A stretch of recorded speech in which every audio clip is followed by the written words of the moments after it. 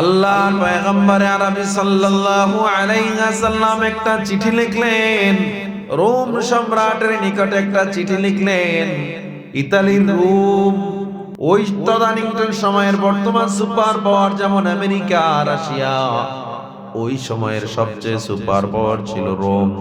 Rome governor, Rome সম্রাট Heraclius ছিল সবচেয়ে প্রভাবশালী কাফের নেতা। আল্লাহর নবী হারিস ইবনে উবাইদাকে বললেন, এই চিঠিটা গিয়া তার কাছে পৌঁছে দাও।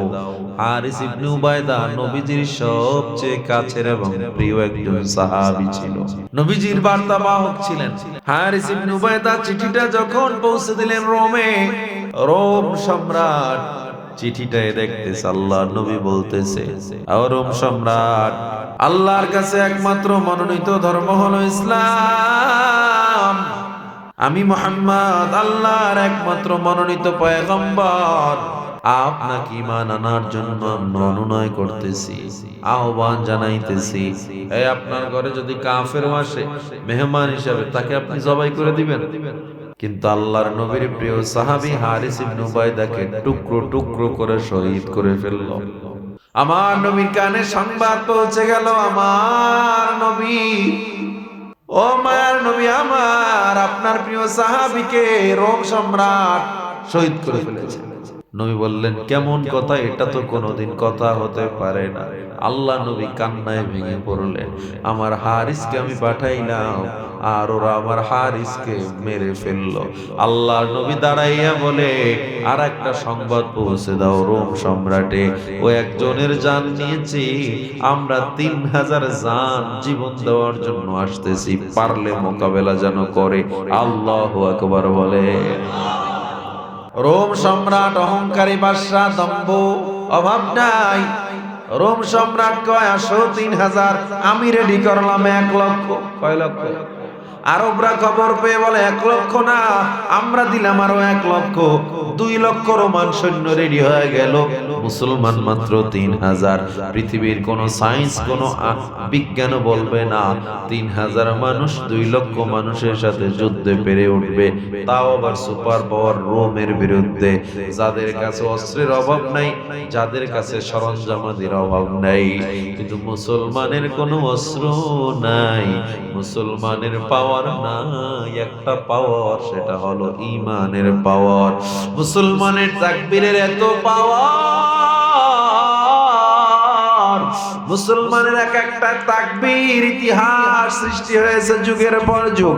এক তাকবীরে, শাহজালালের তাকবীরে, শাহজালালের এক তাকবীরে গৌর গোবিন্দের পালা মসনদ সব জমিনের মাটির মধ্যে চলে গিয়েছিল। ঠিক কিনা জোরে বলেন?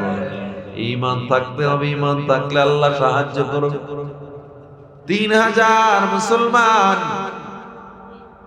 2 লক্ষ সাহাবা, এমন যদি হইতো 2 লক্ষ রোমান সৈন্য, 1,50,000 সাহাবা, একটা কথা ছিল, ঠিক না?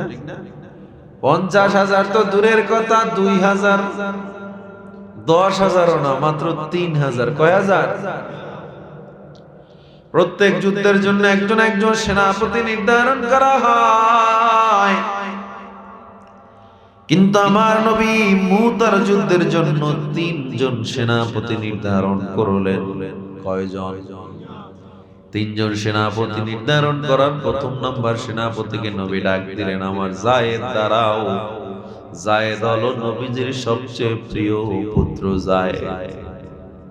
যায়েদ যখন দাঁড়াইছে, আমার নবী কয়, মুতার প্রান্তে তুমি প্রথম সেনাপতি। আমার নবী বলে, জাফর ইবনে আবি তালিব দাঁড়াও। জাফর দাঁড়াইলো। আমার নবী বলেন, জাফর তুমি হলো মুতার প্রান্তে, মুতার যুদ্ধে, জর্ডানের বর্ডারে মুতা, এই মুতার যুদ্ধের তুমি দ্বিতীয় সেনাপতি। আমার যায়েদ যখন শহীদ হয়ে যাবে, যায়েদের থেকে কালেমার পতাকা তুমি হাতে নিয়ে যুদ্ধ শুরু করবা। যায়েদের চোখ বেয়ে বেয়ে পানি পড়া শুরু হয়ে যায়। তার মানে আমাকে নবী শহীদ বলেছে, তার মানে আমার জীবন এখানেই শেষ, আমি আল্লাহর রাস্তায় শহীদ হয়ে যাইতেছি। যায়েদ তখন মনে মনে মনে মনে শুকর আদায় করে, আল্লাহ আমার জীবনটা আমি তোমার রাস্তায় দেওয়ার এই মাত্র একটা সুযোগ পাইলাম। জোরে জোরে কোন আল্লাহু আকবার। জানে যুদ্ধে যাওয়ার পর শহীদ হয়ে যাবে, এরপরও তারা কি পালায় না, খুশি হয়। আমার নবী তৃতীয় নাম্বারে ডেকে বলে, ও আমার আব্দুল্লাহ ইবনে রাওয়াহা, তুমি দাঁড়াও। আব্দুল্লাহ ইবনে রাওয়াহা যখন দাঁড়াইলো, মায়ার নবী বলেন, ও আব্দুল্লাহ, আমার জাফর যখন শহীদ হয়ে যাবে, তুমি তখন জাফরের থেকে কালেমার পতাকা নিয়ে যুদ্ধ শুরু করবা। জাফরের চোখ বেয়ে বেয়ে পানি পড়ে, তার মানে আমিও মুতার ময়দানে শহীদ হয়ে যাইতেছি। 3 নম্বর সেনাপতি আব্দুল্লাহকে বলে, আব্দুল্লাহ, তুমি যখন শহীদ হয়ে যাবা, খালিদ বিন ওলীদ তোমার থেকে কালেমার পতাকা নিয়ে যুদ্ধ শুরু করবে। ও মুসলমান ইমানদার, তার মানে 3 জন সেনাপতি 3 জন শহীদ হয়ে যাইতেছে। মায়া নবী ডেকে বলে, ও যায়েদ, যাও যাও, ফ্যামিলি থেকে বিদায় নাও। যায়েদ চোখের পানি ছেড়ে কান্না করে আর বলে, ও আমার বাবা,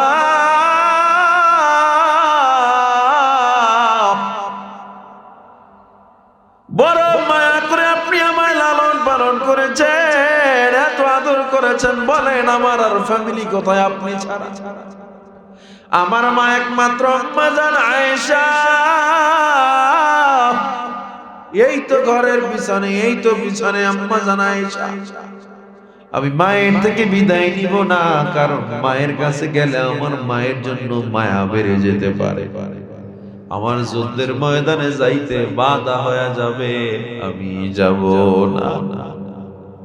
নবী আমার বলেন, আব্দুল্লাহ,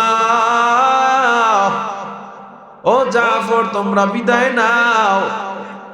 জাফর ইবনে আবি তালেব যখন বাড়ির কিনারায় চলে গেলেন বিদায় নেওয়ার জন্য, ঘরের ভিতরে বিবি স্বামীর আওয়াজ পেয়ে বাইরে যখন তাকায়, দেখে স্বামী ঘরে ওঠে না। কেবল গত রাত্রে তাদের দেখা হয়েছে, এই প্রথম কয়েকদিন হলো বিয়ের বয়স। কয়দিন? জাফর ঘরের ভিতরে উঠে না। বিবি বলে, ও স্বামী আমার, ঘরে কেন আসেন না? জাফর ডেকে বলে, ও বিবি আমার, ও বিবি আমার, আমার আল্লাহ নবী আমাকে মুতার যুদ্ধের সেনাপতি নির্ধারণ করেছে, আমি আর আজকে ঘরে উঠতে পারবো না। আমার তরবারি দাও, আমার কাপড় চোপড় দাও, আল্লাহ যদি দেখা করায় কিয়ামতের ময়দানে দেখা হবে। ঘরে উঠে না। সেখান থেকে বিদায় নিচ্ছে। চিন্তা করেন, একদিন বিয়ের বয়স। আব্দুল্লাহ বিন রাওয়াহা যখন বাড়িতে যায় বিবাহ,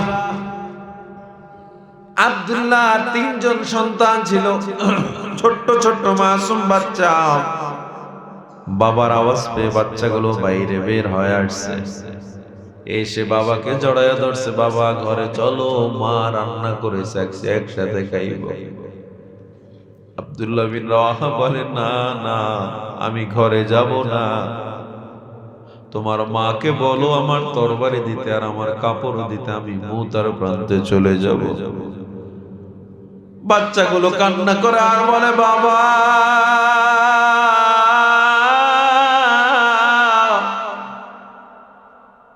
কতদিন হয় বাড়িতে আসো না, আজকে চলো একসাথে খাবো।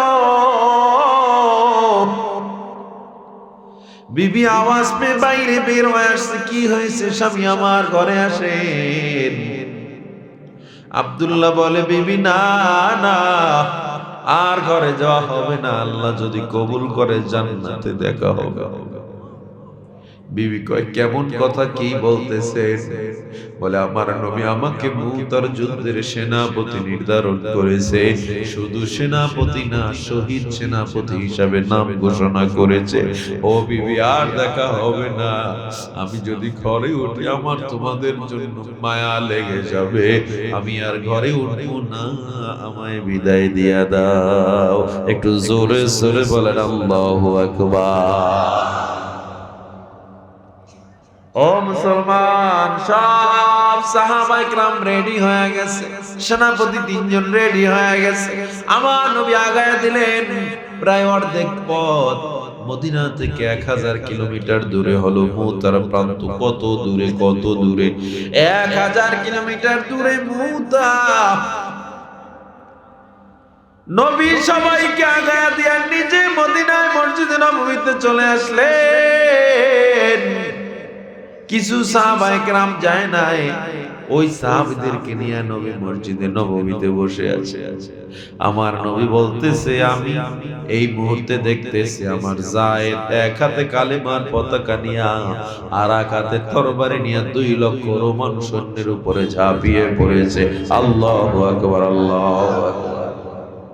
আমার নবী মসজিদে নববীতে বসে বসে তাকবীর দিতেছে। আমার নবী শুধু বলতেছে আল্লাহু আকবার, আল্লাহু আকবার। আমার নবী ডেকে বলে আমার যায়েদের তরবারির এত পাওয়ার, যায়েদের তরবারির সামনে কেউ দাঁড়াতে পারে না। যায়েদের তরবারির আঘাত বেঈমান কোন সব জমিনে শুয়ে যাইতেছে। হঠাৎ করে নবী আবার চোখ বন্ধ করে বসে পড়লেন। আমার নবী কান্নায় ভেঙে পড়লেন। আমার নবী ডেকে বলে সাহাবায়ে কেরাম শোনো, আমার যায়েদের বুকের ভিতরে তীর ঢুকে গেছে, বেঈমানরা যায়েদকে শহীদ করে ফেলেছে। আমার যায়েদ দুনিয়া থেকে বিদায় হয়ে গেছে। ও সাহাবায়ে কেরাম, যায়েদের থেকে কালেমার পতাকা আমার জাফর এই মুহূর্তে হাতে নিয়ে যুদ্ধ শুরু করেছে। আমার জাফর যুদ্ধ শুরু করেছে। দ্বিতীয় সেনাপতি জাফর এক হাতে তরবারি আর এক হাতে কালেমার পতাকা যুদ্ধ শুরু করছে। আমার জাফরের সামনে বেঈমানরা দাঁড়াতে পারে না। একটু জোরে জোরে বলেন আল্লাহু আকবার। এবার আমার নবী আবার হঠাৎ করে বসে পড়লেন। আমার নবী ডেকে বলে সাহাবা আমার জাফর শহীদ হয়ে গেছে। আমার তৃতীয় সেনাপতি আমার আব্দুল্লাহ ইবনে রাওয়াহা এই মুহূর্তে জাফরের থেকে কালেমার ঝান্ডা হাতে নিয়া তরবারি নিয়া প্রায় 2 লক্ষ সৈন্যদের সামনে ঝাঁপায়া পড়ছে। আমার আব্দুল্লাহর তরবারির এত পাওয়ার, 2 লক্ষ সৈন্যরা পেছন দিকে আগায়, আব্দুল্লাহর সাথে কেউ পারতেছে না। এক আব্দুল্লাহ শত শত বেঈমানকে জাহান্নামে পাঠায়া দিতেছে। আমার আব্দুল্লাহর সামনে বেঈমানরা কেউ দাঁড়াইতে পারতেছে না। ও সাহাবায়ে কেরাম, আমার আব্দুল্লাহ যুদ্ধ করতেছে, সাহাবায়ে কেরাম মসজিদের নববীতে 1000 কিলোমিটার দূরে বসে তাকবীর দিতেছে আল্লাহু আকবার, আল্লাহু আকবার। 1000 কিলোমিটার দূরে যুদ্ধ চলতেছে। হঠাৎ করে আমার নবী কান্নায় ভেঙে পড়লেন আর ডেকে বলে আমার আব্দুল্লাহর ডান হাতটা বেঈমানরা কেটে জমিনে ফেলে দিয়েছে। আমার নবী ডেকে বলে আমার আব্দুল্লাহর ডান হাতে তরবারি ছিল, তরবারিটা জমিনে হাত সহ পড়ে গেছে। আমার আব্দুল্লাহ থামে না। ওই অবস্থায় বাম হাতে যে কালেমার পতাকা সেটা মুখের ভিতরে নিয়া বাম হাতে তরবারি নিয়ে আব্দুল্লাহ যুদ্ধ শুরু করে দিয়েছে। জোরে জোরে করুন আল্লাহু আকবার। আমার আব্দুল্লাহ যুদ্ধ করতেছে। আবার আমার নবী বলে বেঈমানরা আব্দুল্লাহর বাম হাতটাও কেটে জমিনে ফেলে দিয়েছে। আমার আব্দুল্লাহর পা দুইটাও বেঈমানরা কেটে ফেলছে। আমার আব্দুল্লাহর শরীরটা ছিন্ন বিচ্ছিন্ন করে ফেলেছে, কিন্তু তার মুখে কালেমার পতাকা। আমার খালিদ বিন ওয়ালিদ এই মুহূর্তে তার মুখ থেকে কালেমার পতাকা নিয়া খালিদ বিন ওয়ালিদ যুদ্ধের ময়দানে নেমে গেছে। আমার খালিদ বিন ওয়ালিদের তরবারিতে এত পাওয়ার, খালিদ বিন ওয়ালিদের হাতে একটা দুইটা না নয়টা তরবারি ভেঙে গেছে, এরপরেও খালিদকে কেউ থামাতে পারে না। ইয়েমেনের একটা ছুরি দিয়া তরবারি দিয়া খালিদ এখন যুদ্ধ করতেছে। প্রায় 3000 সাহাবা, প্রায় 2 লক্ষ সৈন্যদের উপরে খালিদ বিন ওয়ালিদের নেতৃত্বে ঝাঁপিয়ে পড়েছে। আমার নবী মদিনায় বসে বলে, সাহাবায়ে কেরাম, মুসলমানদের বিজয় শুরু হয়ে গেছে। 2 লক্ষ সৈন্যরা পিছনে আগাইতেছে। আমার খালিদ বিন ওয়ালিদ, আমার সাহাবায়ে কেরাম পিছনে যায় না, রোমানরা পিছনে ভাগতেছে, রোমানরা পিছনে ভাগতেছে। আল্লাহু আকবার, জোরে বলেন আল্লাহু আকবার। আমার সাহাবায়ে কেরাম সামনে আগায়, নবী আমার তাকবীর দিয়া দাঁড়ায় গেলেন। আল্লাহু আকবার। বেঈমানরা পালাইতেছে, রোমানরা পালাইতেছে, মুসলমানদের সামনে তারা দাঁড়াইতে পারে না, মুসলমানদের অস্ত্রের সামনে তারা দাঁড়ায় না। মুসলমানের অস্ত্র কি বলে? 1 নাম্বার অস্ত্র হলো তাদের অন্তর আল্লাহর জন্য ভয়, এবং তাদের মুখে আল্লাহর তাকবীর। হাতের অস্ত্রের কোনো মূল্য নাই। আমার নবী তখন তাকবীর দিতেছে আর বলতেছে, মুতার প্রান্তে ইসলাম বিজয় হয়ে গেছে। 2 লক্ষ সৈন্যকে হারায়া দিল 3000 সাহাবা। বিজয় উল্লাস, মুসলমান ফেটে পড়ছে। কিন্তু আমার নবী কিসের বিজয় উল্লাস করবে? নবী আমার দৌড়াইতে দৌড়াইতে আব্দুল্লাহ ইবনে রাওয়াহার বাড়িতে চলে গেছে। আমার নবী জাফরের বাড়িতে চলে গেছে। আব্দুল্লাহ ইবনে রাওয়াহাকে আমার নবী ডাক দিয়া বলে, বিবিকে ডাক দিয়া বলে, ও আব্দুল্লাহর বিবি, তোমার স্বামী মুতার প্রান্তে আল্লাহর জিম্মায় চলে গেছে, শহীদ হয়ে গেছে। ও আব্দুল্লাহর বিবি, তুমি আজ থেকে আল্লাহর কাছে শুকর আদায় করবা, আল্লাহ তোমাকে শহীদের বউ হিসেবে কবুল করেছে। সন্তানগুলোর ডাক দিয়ে আমার নবী বলে, তোদের কপাল কত ভালো, তোরা শহীদের সন্তান হয়ে গেছে। আবার আমার নবী জাফরের বিবির কাছে গিয়ে আমার নবী বলতেছে, তোমার স্বামী শহীদ হয়ে গেছে। একদিন বিয়ার বয়স, স্বামী শহীদ হয়ে গেছে। তুমি আল্লাহর কাছে শুকর আদায় করো, তোমাকে আল্লাহ কিয়ামতের দিন শহীদের স্ত্রী হিসাবে মর্যাদা দিবেন। আম্মা জান আয়েশার কাছে গিয়া মায়া নবী আমার বলেন, আয়েশা, এত কষ্ট করে লালন পালন করেছো যায়েদকে, আমার যায়েদ মুতার প্রান্তে শহীদ হয়ে গেছে। এটাকে বলে আল্লাহর জন্য জীবন উৎসর্গ করা। আমার হায়াত, আমার এই হায়াত এবং মউত কার জন্য? এই জোরে বলেন, কার জন্য? কোন মানুষের জন্য না। মানুষের গোলামি চলবে না। যারা জীবনে মানুষের গোলামি করেছে এরা কোনদিন দেখবেন সফল হতে পারে না। আল্লাহ কয়, তোরে আমি দামি বানাইছি, আমারে তুই সিজদা দিবি, তুই এত বড় কপাল পোড়া, তুই আরেকজনকে গিয়ে সিজদা দাও।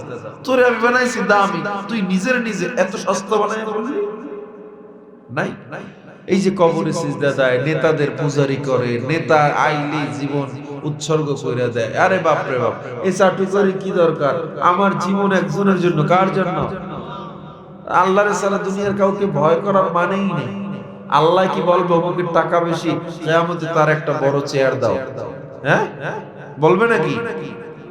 আল্লাহ বলবেনি তুমি অমুক দলের কি ছিলা, প্রধানমন্ত্রী, আসো তোমার আলাদা চেয়ার দেই। তুমি মুফতি, বক্তা, তুমি শাইখুল হাদিস, ইমাম, তোমার চেয়ার দেই, এটা বলবে? আল্লাহর কাছে এগুলোর কোনো ভাগ বাটোয়ারা নাই। আল্লাহর কাছে পরিচয় একটাই, মান আমিলা সলিহা, যারা নেক আমল করবে তাদের দাম আল্লাহর দরবারে আছে, আর যারা নেক আমল করবে না তাদের দাম আল্লাহর দরবারে নাই। এজন্য বহু আলেম জাহান্নামে চলে যাবে, বহু মূর্খ জান্নাতে চলে যাবে। কি কারণে? আমলের পার্থক্য কারণে। আমল, আলেম হয়েও নামাজ পড়লাম না, মূর্খ হয়েও নামাজ পড়ে, দাম কার বেশি? নামাজের দাম বেশি। আমি বিশাল পীর হইলাম কিন্তু আমি কিবত করি মানুষের, কিন্তু একজনে বিশাল পীর না, সে মুরিদ। সে মুরিদ, হক্কানি পীরের মুরিদ, ভণ্ড পীর না। হক্কানি পীর অনুসরণ করে চলে। পীরের অনুসরণ মানে কি? কোরআন হাদিসের অনুসরণ। পীর বলবে কোরআন হাদিসের কথা, এমন না পীর মন করে একটা কইয়া দিল আর আপনি চলবেন, এটাই তো ভণ্ড পীর। পীরকে মানি ততক্ষণ পীর কোরআন সুন্নাহর উপরে আছে যতক্ষণ, আলেমকে মানি ততক্ষণ তারা কোরআন সুন্নাহর উপরে আছে যতক্ষণ। আপনারা যারা ওয়াজ শুনতে আসছেন, আমি কোরআন হাদিস বলি এটা শুনবে, ঠিক না? আর আমি যদি বলি চলেন সবাই মিলে সিনেমা দেখি, তাইলে আমি কি আমার দায়িত্বের খেয়ানতি করলাম না? তাহলে আমি ভণ্ড আলেম হয়ে যাব। তেমন পীর এরকম, সে ভণ্ড পীর হয়ে যাবে হকের কথা না বলে। তাহলে আপনারা কেন, আমার বুঝে আসে না কেন আপনারা গোলামি করবেন মানুষের? গোলামি চলবে একজনের, কার? মনে থাকবে আল্লাহ কয় তোরে আমি সম্মানিত বানাইছি, তুই নিজেকে সস্তা বানাইয়া ফেলাইছিস। কেন? এই কপালে একটা জায়গায় শুধু সিজদা দিবে, কার কার কুদরতি পায়? মনে থাকবে ইনশাআল্লাহ। অভাবে পড়ছেন, টাকা নাই, পয়সা নাই, কার কাছে চাইবেন বলেন? না মানুষের কাছে?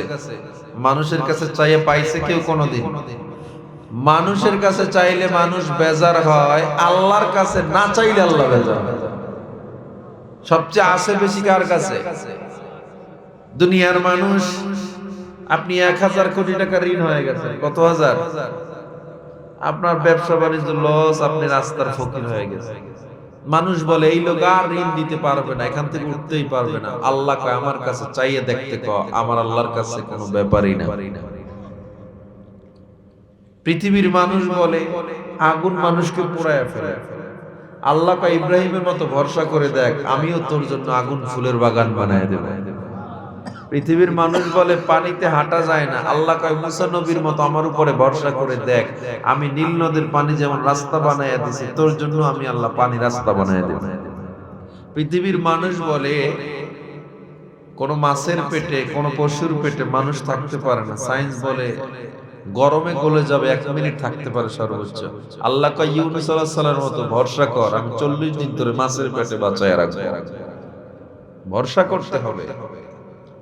পৃথিবীর মানুষ বলে একটা বিশাল রাজকীয় লোহার তালা দরওয়াজা খোলে না চাবি ছাড়া, এরকম 60টা দরওয়াজার মধ্যে ইউসুফ আলাইহিস সালামকে জুলাইখা আটকাইছে। পৃথিবীর সব বিজ্ঞানরা বলবে এটা সম্ভব না এই তালা খোলা। আল্লাহ কয় ইউসুফের মতো আমার উপরে ভরসা করে একটু দৌড় দে, তালা খুলে দেওয়ার দায়িত্ব আমার। সুবহানাল্লাহ, এই না মুখ থেকে না?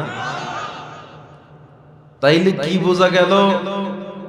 আল্লাহর উপরে ভরসার স্তরটা হাই লেভেলে রাখতে হবে। মাথায় উকুন হয়েছে, উকুন, এক সাহাবীর মাথায় কি হয়েছে?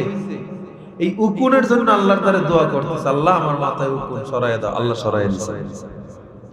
ওই দিন নবীজি বলছে যে কোন ছোট থেকে ছোট এবং বড় থেকে বড় কোন কাজের সাহায্য আল্লাহকে ছাড়া কারো কাছে বলবা। আপনি চিন্তা করেন উকুনের কথা, আল্লাহর কম, এটা একটা কথা, কিন্তু বইলা দেখেন আপনার ঘরে বিপদ, টাকা নাই, অভাব, পয়সা নাই, বিশাল সমস্যায় পড়ছেন, ঘরে ঋণ হয়ে গেছেন, শুধু একটা আমল করেন, আস্তাগফিরুল্লাহ। কি? আস্তাগফিরুল্লাহ, আস্তাগফিরুল্লাহ জিহ্বায় লাগায়া নেন। আল্লাহর নবী বলে এই আমলটা যখন বান্দা শুরু করবে, আল্লাহ তাকে সেই বিপদ থেকে উত্তরণের এমন কিছু পথ বাতলে দিবে, এমন কিছু পথ বের করে দিবে যা বান্দা কল্পনাও করে। পাহাড় পরিমাণ যদি ঋণও থাকে, যদি বান্দা শুধু বলে আল্লাহুম্মা কফিনি বিহালালিকা আন হারামিকা ওয়া আগনিনি বিফাদলিকা আম্মান সিওয়াক, আল্লাহ বলে পাহাড় পরিমাণ ঋণ আমি আল্লাহ দূর করে দিব। খালি আল্লাহরে বলতে হবে, জায়নামাজটা বিছান একটু গভীর রাত্রে, কপালটা আল্লাহর কুদরতি পায়ে ঠেকায়া বলেন আল্লাহ আপনার তো বান্দার অভাব না, আমি তো একা আপনার গোলাম, আপনার অনেক বান্দা কিন্তু আমার তো আল্লাহ আপনি একজন, আমি কার কাছে চাইব? আল্লাহ অনেক গুনাহ করছি, ক্ষমা করেন আল্লাহ, আমি ঋণগ্রস্ত, ঋণগুলো শোধ করার তৌফিক দেন। আল্লাহ আমার ব্যবসা বাণিজ্যে বরকত না, একটু বরকত দিয়ে দেন। আল্লাহ আমার সন্তানের ক্যান্সার বা আমার ক্যান্সার বা অসুস্থ অথবা জমিনিয়া সমস্যায় আছে, আল্লাহকে বলেন, আল্লাহর নবী বলে চোখের পানি নাকের ডগায় আসার আগে আল্লাহ দোয়া কবুল করে নেবেন।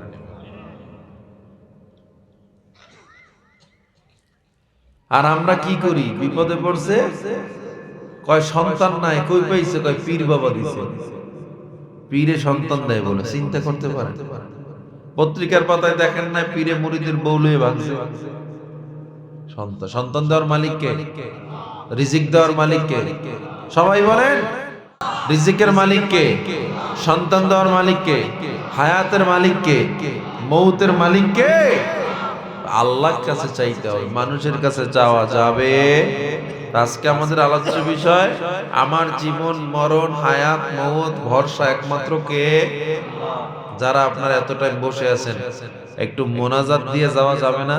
আল্লাহুম্মা আমিন।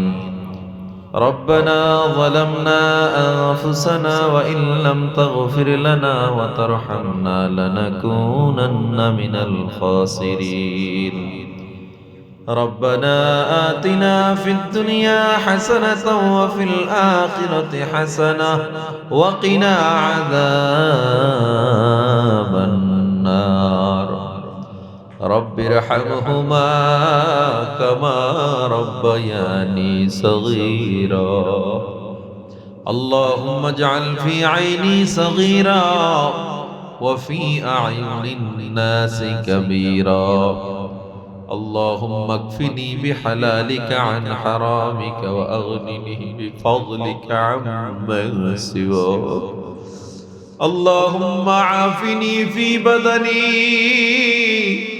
اللهم عافني في سمعي اللهم عافني في بصري لا إله إلا أنت اللهم إني أعوذ بك من الكفر والفقر اللهم إني أعوذ بك من عذاب القبر لا إله إلا أنت اللهم إنا نسألك الجنة ونعوذ بك من النار اللهم إنا نعوذ بك من البرص والجنون والجذام ومن سيء الأسقام يا ذا الجلال والإكرام يا ذا الجلال والإكرام يا ذا الجلال والإكرام خداير আল্লাহ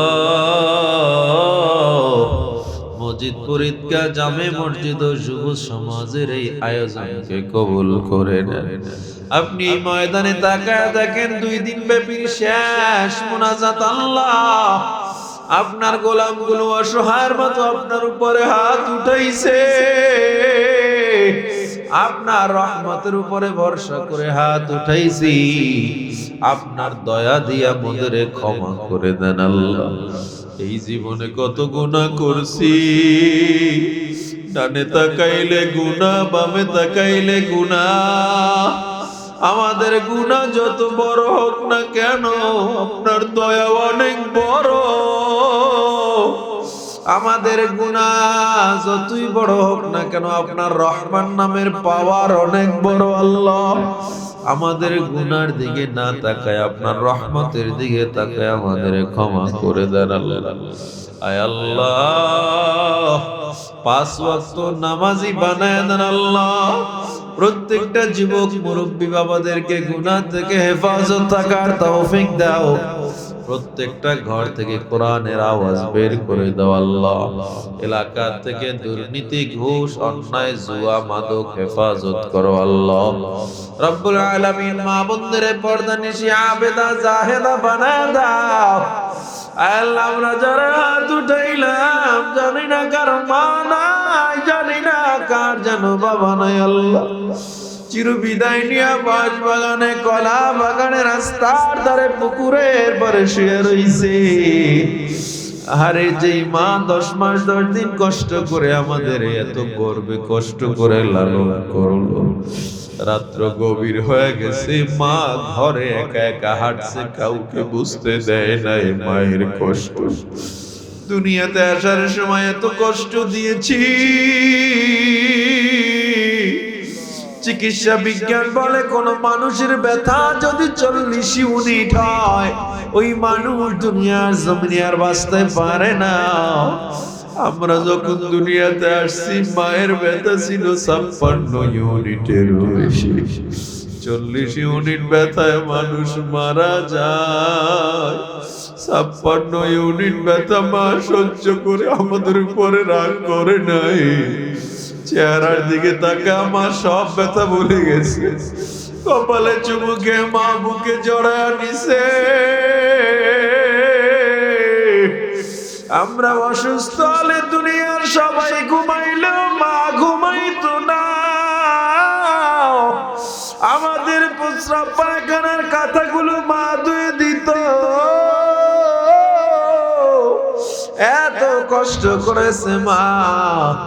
আমরা পড়ালেখা করার জন্য, চাকরির জন্য যখন দূরে আসছি, ওই বাড়িতে মেহমান আসছে, মা সবাই রে মুরগি রোস্ট কোরমা পোলাও রান্না করে খাওয়ায়, নিজে খায় না।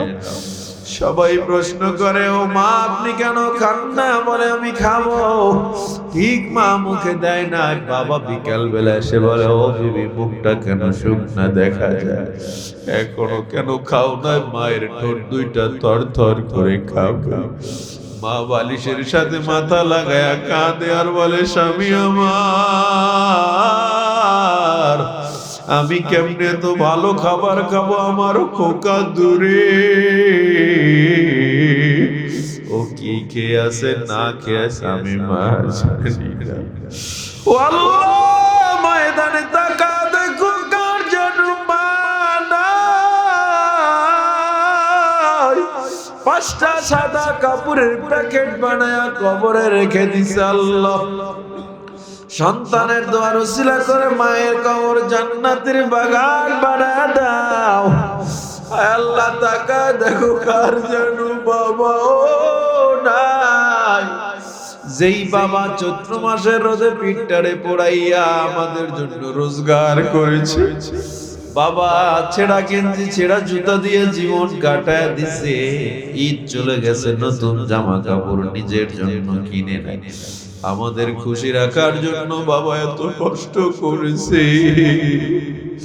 আল্লাহ জানি না কার যেন বাবা নামের ছায়াটা মাথার উপরে নাই। আল্লাহ সন্তানের দোয়ার উসিলা করে মা বাবার কবর জান্নাতের উঁচু মাকাম বানায়া দাও আল্লাহ। যাদের মা বাবা বেঁচে আছে হায়াত বাড়ায়া দাও, বেশি বেশি খেদমত করার তৌফিক দাও আল্লাহ। আল্লাহ সুস্থতার নিয়ামত দান করো আল্লাহ। অত্র এলাকায় যারা অসুস্থ সবাইকে শেফা দিয়া দাও আল্লাহ।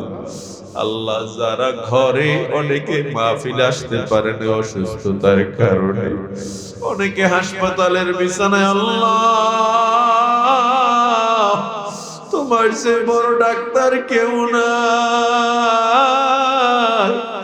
অনেকে খানে আসছে অসুস্থতা নিয়ে আল্লাহ। আল্লাহ আমরা যারা অসুস্থ সবাইকে শেফায়ে আজেলা কামিলা দিয়া দেন রব্বুল আলামিন। মরণ পর্যন্ত আপনার দ্বীনের উপরে থাকার তৌফিক দেন আল্লাহ। আল্লাহ যারা পরীক্ষার্থী পরীক্ষায় সফলতা দেন আল্লাহ। আল্লাহ যারা দান খায়রাত করেছে দেশ থেকে বিদেশ থেকে, সবার দানকে আপনি কবুল করে নেন আল্লাহ। সবাইকে আপনি বিপদ থেকে হেফাজত রাখেন, পরকালে মুক্তির ফয়সালা করে দেন, দুনিয়ায় সম্পদের ভান্ডার দিয়ে দেন আল্লাহ রব্বুল আলামিন। ও আল্লাহ এই হাতগুলো দিয়ে কাবার গিলাফ ধরে লাব্বাইক বলার তৌফিক দেন আল্লাহ। মদিনা জিয়ারতের তৌফিক দেন আল্লাহ। মরণ যেহেতু হবে, মরণটা তুমি উহুদের ময়দানের মরণের মতো মরণ দাও আল্লাহ। মরণটা যেন খায়বারের ময়দানের মতো শহীদি মরণ হয়। মরণটা যেন মুতায় আব্দুল্লাহ বিন রাওয়াহার মতো শরীর ছিন্ন বিচ্ছিন্ন হয়ে যায়। আয় আল্লাহ শহীদি মরণ দাও, বেঈমানের মরণ দিও না আল্লাহ। আল্লাহ বিছানায় ফেলায় অসুস্থ বানায়া মরণ দিও না। ক্যান্সার থেকে আল্লাহ, প্যারালাইজ থেকে হেফাজত করো, হার্ট অ্যাটাক থেকে হেফাজত করো আল্লাহ রব্বুল আলামিন। আজকের এই মাহফিলকে কবুল করে নেন। যারা আয়োজন করছে কমিটির প্রত্যেকটা সদস্যকে আল্লাহ কবুল করে নেন আল্লাহ। যারা মাথার ঘাম পায়ে ফেলাইছে মুরব্বী যুবক বাবাদের কবুল করে নেন। মসজিদের ইমাম, মুয়াজ্জিন, খাদেম, খতিব সাহেবদের কবুল করেন রব্বুল আলামিন। এই মাহফিলকে কিয়ামত পর্যন্ত জারি রাখেন আল্লাহ। আল্লাহ যেখানে যা প্রয়োজন গাইবে খাজানা দিয়ে পুরাইয়া দেয়। আল্লাহ সবার উসিলায় আমি গুনাহগারকেও মাফ করে দেন আল্লাহ। আল্লাহ একটা মাদ্রাসা চালায়, অনেক টাকা ঋণ হয়ে গেছে আল্লাহ। আল্লাহ কোটি কোটি টাকা প্রয়োজন আল্লাহ, যেখান থেকে আল্লাহ সবচেয়ে বড় খাজানা আপনার খাজানা আল্লাহ। যদি কারো হাত পছন্দ হয় ওই উসিলায় আমার মাদ্রাসার যেখানে যা প্রয়োজন গায়বী খাজানা দিয়ে পূরণ করে দেন আল্লাহ। অত্র এলাকার মাদ্রাসা মসজিদ গুলো কবুল করে নেন আয় আল্লাহ। যাদের বিয়া হয় না বিয়ার ব্যবস্থা করে দেন, যাদের সন্তান হয় না সন্তানের ব্যবস্থা করেন, ফসলে বরকত দেন, ব্যবসায়ীদের ব্যবসায় বরকত দেন আল্লাহ। আমাদেরকে খাঁটি মুসলমান বানায়া কবরে ডাক দিয়েন আল্লাহ। ওয়া সাল্লাল্লাহু তাআলা আলা খায়রি খালকিহি মুহাম্মাদিন ওয়া আলিহি ওয়া আসহাবিহি আজমাইন বিরহমাতিকা ইয়া আরহামার রাহিমিন।